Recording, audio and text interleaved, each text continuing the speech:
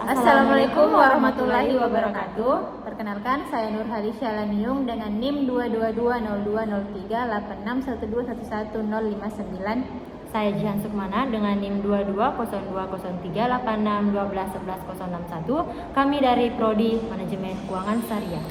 Baik, di sini kami akan menjelaskan mengenai prinsip-prinsip syariah pada pasar uang dan pasar modal.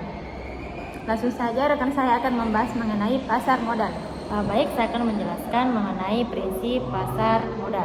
Pasar modal syariah beroperasi berdasarkan prinsip-prinsip Islam yang mengutamakan keadilan, transparansi, dan keberkahan dalam transaksi.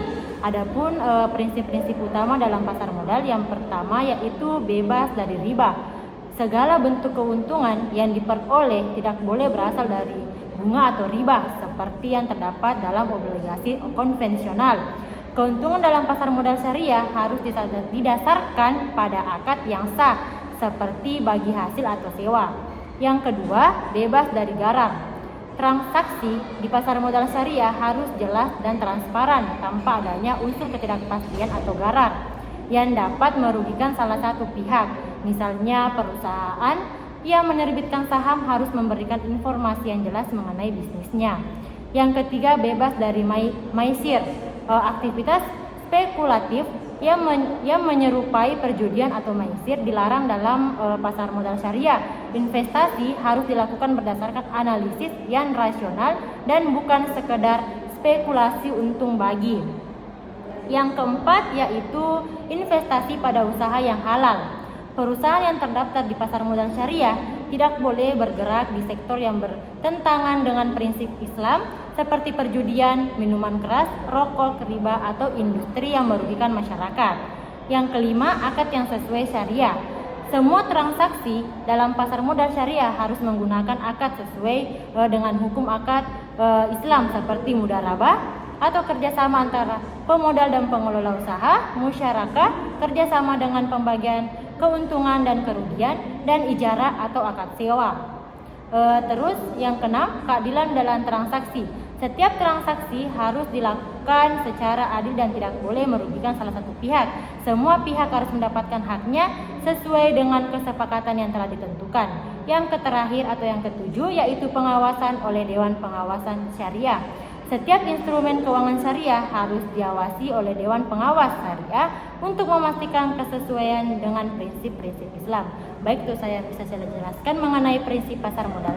Selanjutnya saya kembalikan ke rekan saya. Baik, selanjutnya saya akan membahas mengenai pasar uang. Sebelumnya, pasar uang adalah tempat pertemuannya pihak yang memiliki kelebihan dana dengan pihak yang membutuhkan dana dalam jangka pendek. Pasar uang juga disebut pasar kredit jangka pendek atau money market. Kemudian prinsip-prinsip syariah dalam pasar uang yang pertama itu larangan riba atau bunga. Prinsip utama dalam keuangan syariah adalah larangan riba, yaitu tambahan yang dikenakan dalam transaksi pinjam-meminjam uang. Dalam pasar uang syariah, keuntungan diperoleh melalui mekanisme bagi hasil mudharabah atau bagi risiko musyarakah, bukan melalui bunga. Prinsip yang kedua yaitu larangan gharar atau ketidakjelasan. Di sini gharar mengacu pada ketidakjelasan atau spekulasi yang berlebihan dalam transaksi. Transaksi dalam pasar uang syariah harus jelas, transparan, dan tidak mengandung unsur ketidakpastian yang dapat merugikan salah satu pihak. Prinsip yang ketiga yaitu larangan maisir atau perjudian.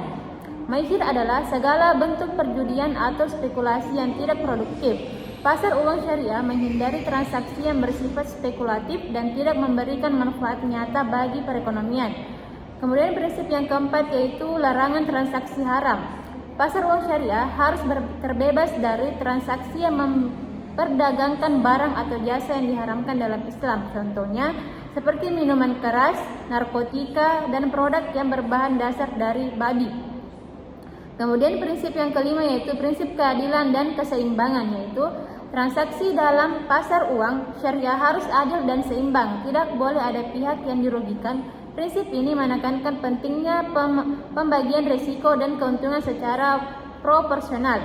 Kemudian prinsip yang keenam yaitu transaksi yang berlandaskan pada aset real atau aset based, yaitu transaksi keuangan syariah harus didasarkan pada aset real atau kegiatan usaha yang produktif.